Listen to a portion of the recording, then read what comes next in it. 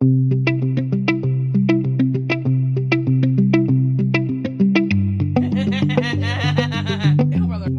1, 2, 3 feet from the ass. Are we objectively funny, or is the content bad? Sometimes it's just not a laugh riot. You do the introduction because I'd rather die. Well, I'd rather die than what you did, and I still did it. So no, you have to do it.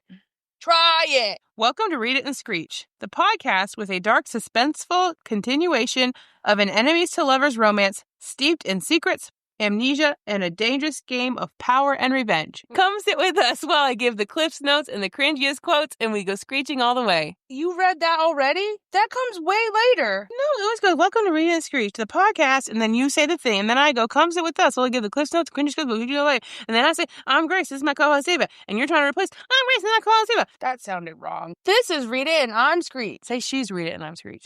She's Read It and I'm Screech. This week we present Breaking Hailey by I.A. Dice. I hate it. It's 431 pages, 12 hours and 55 minutes by audio. The Goodreads score is 4.24 stars. Goodreads score is a lie. It's not bad. I don't want to read anything that starts with breaking and then someone's first full God-given name. Government name. This is a dark romance. Something funny is that the author is based in the UK. First off.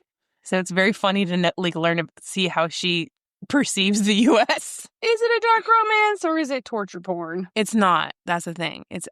Personally, this is a much better dark romance than the other ones that we've gotten eaten up for shitting on. It is dual first-person point of view, and it's set at this hoity-toity university that is basically a private boarding school. The two main characters are Hailey and Carter. Hailey is the 20-year-old daughter of this high-up in the police force detective.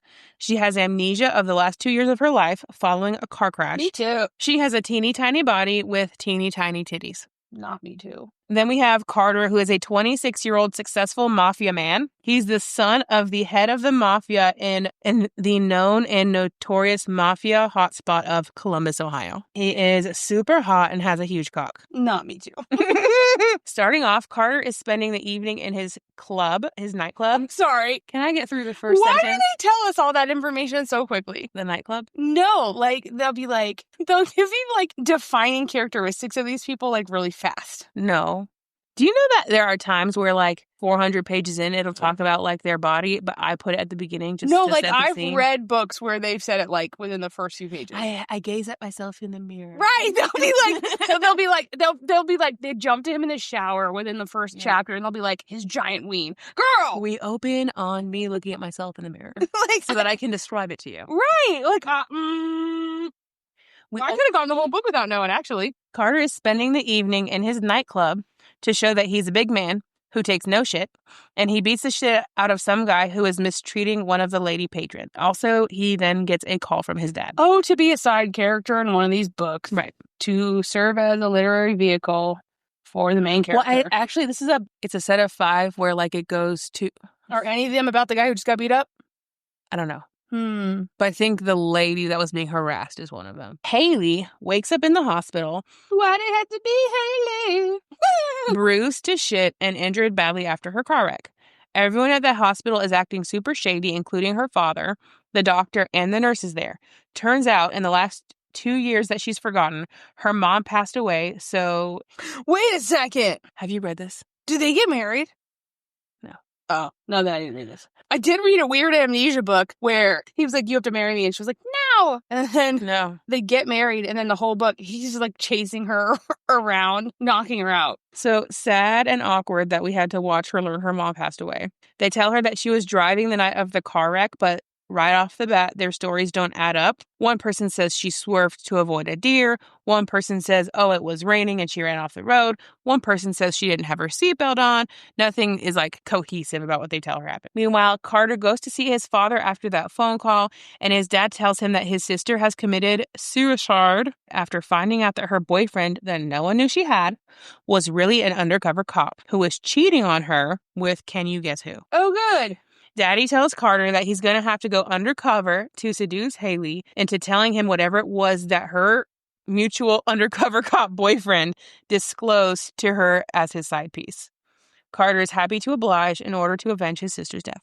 Back at the hospital, Hailey is told that she's going to have to transfer schools and start over as a freshman in college since she has no memory of her freshman and sophomore years. In order to protect her, her dad is going to send her to this super fancy, secretive, private school, hoping that while she's there, she will regain the memories of the last 2 years in a more controlled environment. Little do they know that Carter's daddy had a lot of hospital employees on his payroll, so they already know what happened to her and where she's going to be enrolled in school. Here's what happened. Carter wears a waistcoat every day of his goddamn life. What year is this set in? Like the now, 2024. I'm sorry, if I were Ross, I thought a guy wearing a waistcoat. No! Every day of his fucking life. And do you know that he complains about it like every chapter? He's like, damn, I wish I was wearing my waistcoat. So in order to not look old as hell and to like fit into like being in college. Character. Yeah. So he has to wear like jeans and a t-shirt, and he's pissy about that all the time. Right. Cowabummer. Before being discharged from the hospital, Hailey starts having violent flashbacks of the past 2 years, but this is not enough to deter them from discharging her to a brand new foreign environment with no medical support or follow-up. Cool. Carter is ready to assume his new identity as a college student, leaving his real life behind as a full mafia man and club owner. I'm sorry. I know. They take him seriously in that fucking outfit? With the waistcoat? There's something wrong with him? I know. Hailey and Carter have both arrived. Oh, Carter, his new identity includes a code name, fake name, Nash. So it's Carter/Nash, henceforth. They both arrive at the school. It's called Lakeside at the same time. And it's this weird, huge, gothic castle type of building. Oh, so his waistcoat would have been fine. Actually, like, it was probably the first thought he had. He was like, fuck you guys. He's like, literally, I could have kept my outfit. Fuck you. But it's also used to be like a mental hospital. So it is all So it hasn't changed at all. It is all things to all people. Accurate. Grown She adults. thinks there's castles in America. Yeah.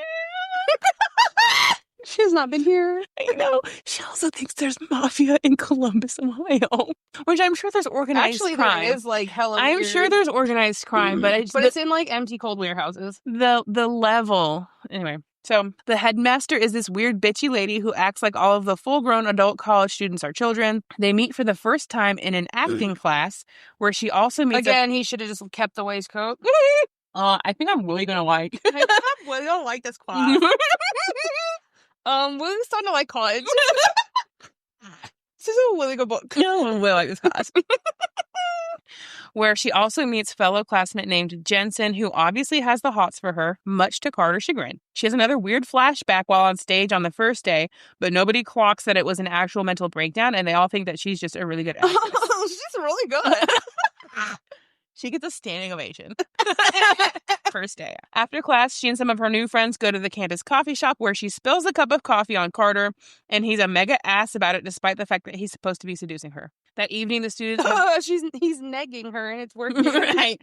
That evening, the students are having a weird rave in one of the common areas, and there's still a bunch of old hospital equipment laying around. Okay. Because apparently the massive amounts of money that the students are paying to go to the school is not enough to pay for them to completely remodel the place. While she's there, she has another run-in with both Jensen and Carter. Oh, it's gonna be a throuple. Okay. No, right? No.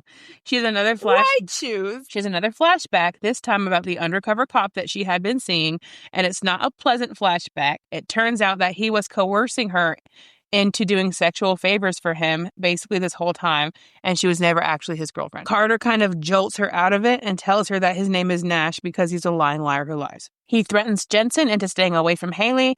Jensen does not take him too seriously, which he will come soon to regret.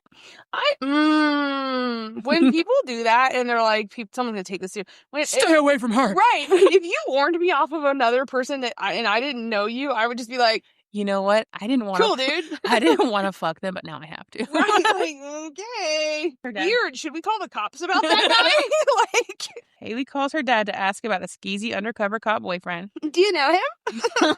But he's really shady and doesn't tell her anything that will help her remember anything else. He does remind her that the doctor said maybe keeping a diary will help jog her memory. She does not have a vehicle or any way to leave the property, however, so the next day she convinces Carter to take her into town to buy a book so that she can write down the memory. The trip is riddled with flirtation that includes her calling his wiener a teeny weeny. This is a theme and personal joke that continues throughout the book. The evening when they return, they have a sexually charged moment outside of her room, but nothing happens. Carter starts reading through all the text between his sister and the undercover cop, and it's gets real nasty real quick. It turns out this guy was almost 40, while both Hailey and the sister were both damn near teenagers. He takes a break from reading the text messages to sneak into Hailey's room while she's sleeping to read her diary. But he's not creepy. No. It's fine that he does it. It's fine when he does it. Imagine if he still had the waistcoat on. Again, it's fine when he does it. It's a crime when the other guy does it. The next morning, Hailey gets in trouble for leaving campus, and they tell her they will kick her out if she does it again. She continues to have more gross flashbacks about the undercover cop and the way he treated her in the past. They have another acting class where they have to act a stage kiss together. And it is not very stage kissy of them. Who's the teacher in this class? Right. Everyone can tell. And Jensen looks on with jealousy. Then he asks Carter if he can have a go at Hailey since he told him to stay away and then hasn't acted on any of his weird possessiveness. Ew, brother! What's that? Carter says absolutely not. He takes Hailey on another excursion. This time he has one of his Mafia friends turn off the security cameras in the parking lot so they don't get in trouble. He has noticed that certain things trigger her flashbacks, so he decides to exploit stressful situations to try to make her remember things that are going to upset her. And they get fast food and bond and kiss. How old is this adult man? He's like 26. Yeah, so it's fine when he does it. It's fine. It's fine. He's not almost 40. He's only almost 30. Since he took her out for that weird triggering outing, he knows she's going to have some juicy shit written in her diary. So, of course, he goes back to her room to read it. And there's nothing really good in there, though, which is annoying for him. But at least he gets to watch her sleep, right? You know? Wasted a whole fucking day. Mm-hmm.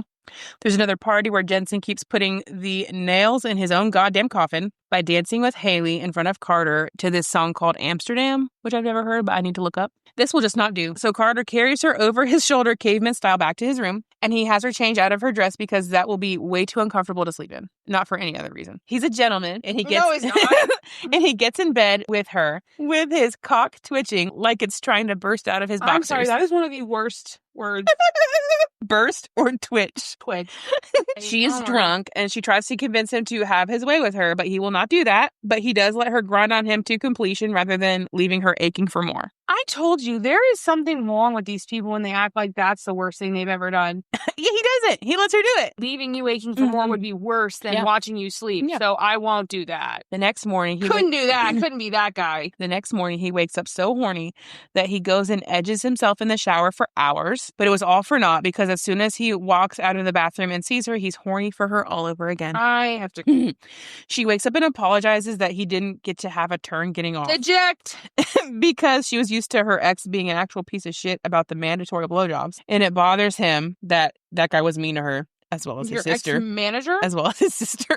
Adult man. He reassures her that he is perfectly satisfied because of all the shower edging he did. He is a giver. So he goes down on her and tells him... No! And she tells him that she's catching feelings for him. She's catching something. She verbatim. Needs to go have that looked at. Verbatim. She is breathless and says, I'm catching feelings for you. You have caught something. You know, sometimes... need to go to the doctor. I feel sometimes people who are writing characters that are like on the younger side, they try to interject like Gen Z lingo where it doesn't go. They are interrupted by someone telling her that her dad is there to see her.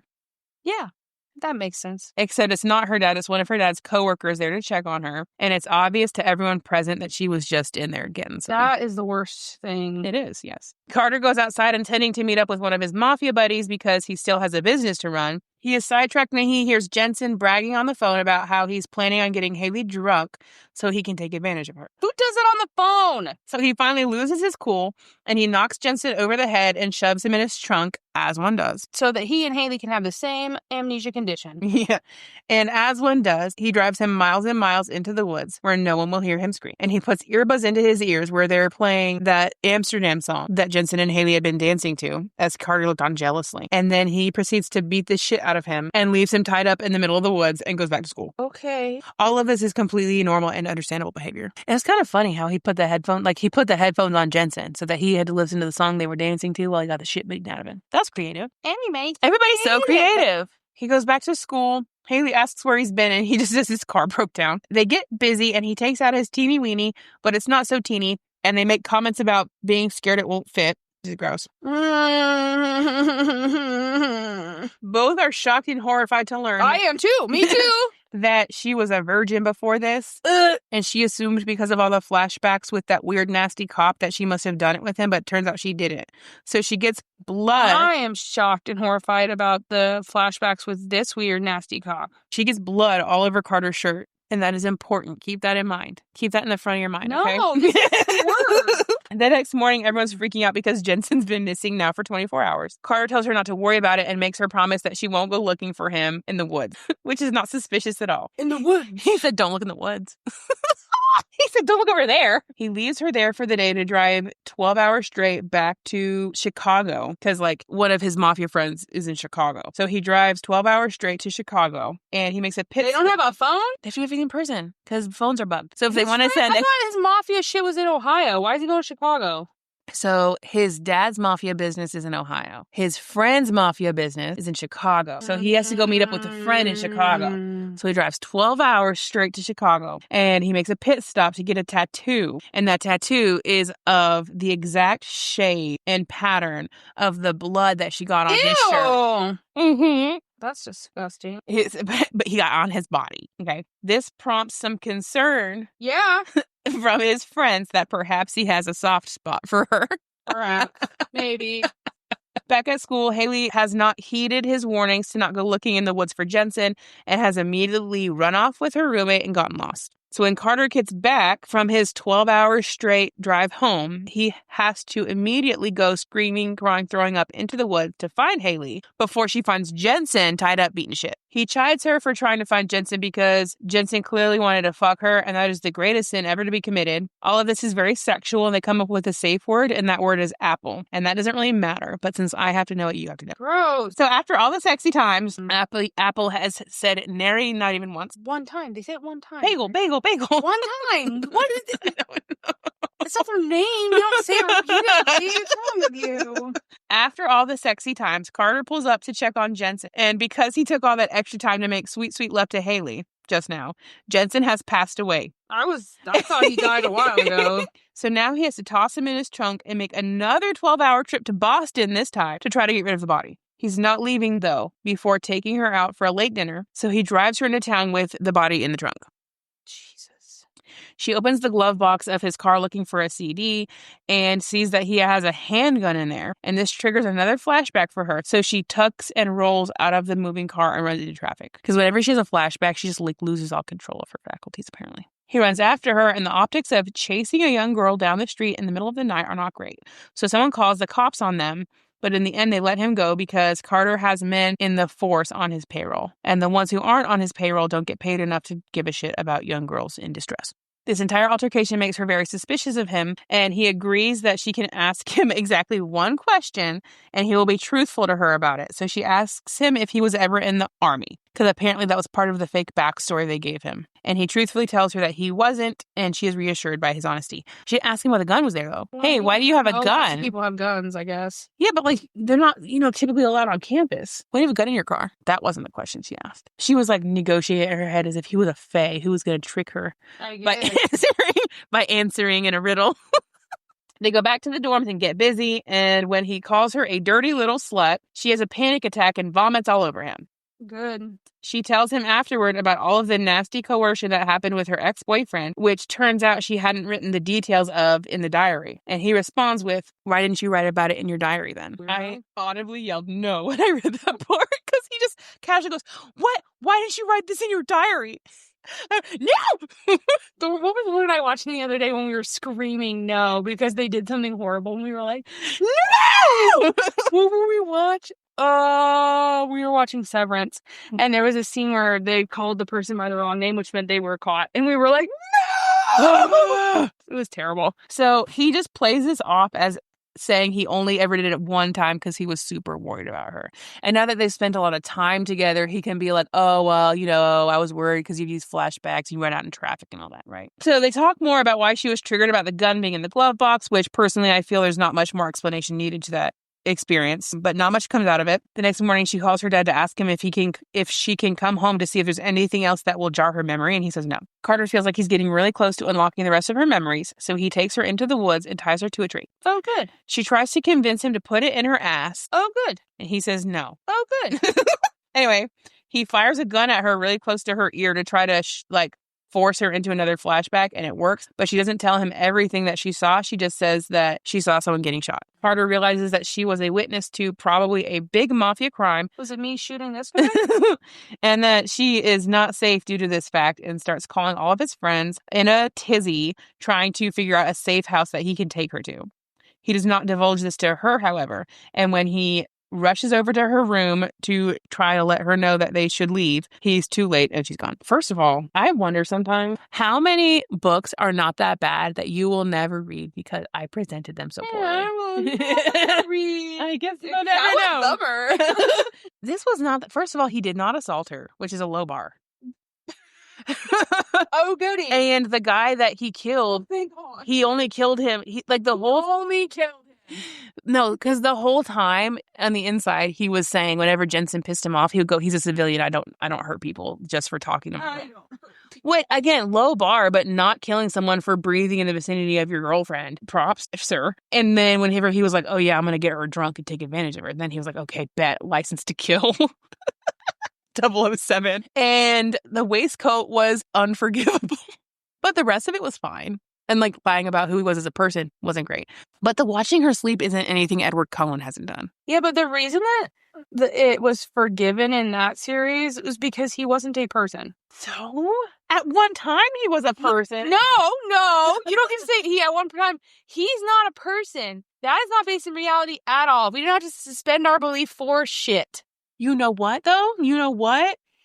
There's also not a gigantic, successful mafia in Ohio. There is, actually. First off, the mafia exists. The mob exists. Human people exist. College exists. Vampires exist. Okay. I saw that on SVU one time. So, listen, I read both. So the follow-up book is called... You did not read both. You didn't read Twilight. No. The follow-up book is Saving Hailey, and it's about him finding her, and it was not that bad. I liked it. Bad I liked it. I want to read more from the author. The only fun part that I thought was very silly was all the driving. Driving 12 hours. 12 hours. It takes 10 hours to cross the UK as a whole country. And she was like, drive 12 hours here, drive 12 hours there. Because I think she thinks that in the US we just... Well, and they do have people talk about how silly it is that people in the UK will be like, oh my gosh, that's so far away, but it's only an hour. So I feel like she was trying to embrace that, but she embraced it too much. Too close to the sun. People do not drive 12 hours. Some people do. Not without sleeping for 36 hours, and not on coke. And then, and for when you sometimes you read a story and if you don't like the characters, it's ruined.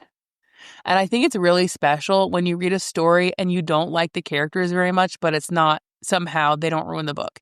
And I found her extremely unlikable. And I found him to be very mid as fuck. And so for it to be a story with two mid as fuck unlikable people, and I still enjoyed it, means that the author is probably relatively talented. Like True Blood. True Blood is good. So good. And the actress who plays Tara is a good actress. She's done some really good stuff. And I feel like they made her character insufferable. Mm-hmm. And I'm so disappointed by that. And obviously her mother's really bad, but she's really bad on purpose. Mm-hmm. Because she's been in some other stuff too, and she's obviously really talented as well. The way that they made her insufferable was so disappointing because she's like a main character in that show. And she's annoying, mean, comes back and slaps. What are you doing? Why is she a prominent African-American character in this show, and then you made her awful? No, are you kidding me right now? This girl was and then it's stuff like that. It's why did you make this person unbearable? And for what? Basically, the 2 years that she forgot, she's a relatively independent person, but for those 2 years, she was a little piddly puddle of a person who was simpering after this guy. And she's trying to figure out why she would ever do that. And you never find that out. Or like, for instance, that I feel like honestly is weird to be when they do that, when they set you up to be like, I'm going to go find out. And it's always a sister or low key. I'm going to go find out why this person contributed to the death of my sister. And then they end up forgiving them at the end and like falling in love. I'm sorry. Why? Why are we doing that? Well, because he read through the text messages, he realized that he had been shitty to both of them. It's still weird. Yeah, it is. Like, in the end, actually, I'm going to forgive her and fall in love with her. Like, it's fine. I'm going to get her... Fuck the loyalty to my sister, I'm going to get her a high... I'm going to get her a hymen tattooed on my body. Right. Like... Anyway, fiction flicks, or where are they now? You know where they are now. There's another book. Okay, but Eva, this is supposed to be speculation. Yeah, but that doesn't work when there's another book, I feel like. Act as if you didn't. Oh, sorry, did you read the second book? You did. Yeah, but I didn't ask you. What do you think I know? I said, what do you think happened? Do you want to do where are they now, or do you want to do fiction flicks? Also, you know I'm going to ask you the whole time, so I don't know why you don't have them locked and loaded. Sometimes you don't, and I was hoping you wouldn't. I always do. For the very first one, I've been doing that because you were like, they work at Walgreens. You know what, though? I don't know. Are they white? Yeah. Then they can work at Target because nobody else. Oh, the weird age gap. Yeah, but how would he be a successful mafia man if he was only like... What did it contribute to the story that he was a successful mafia man?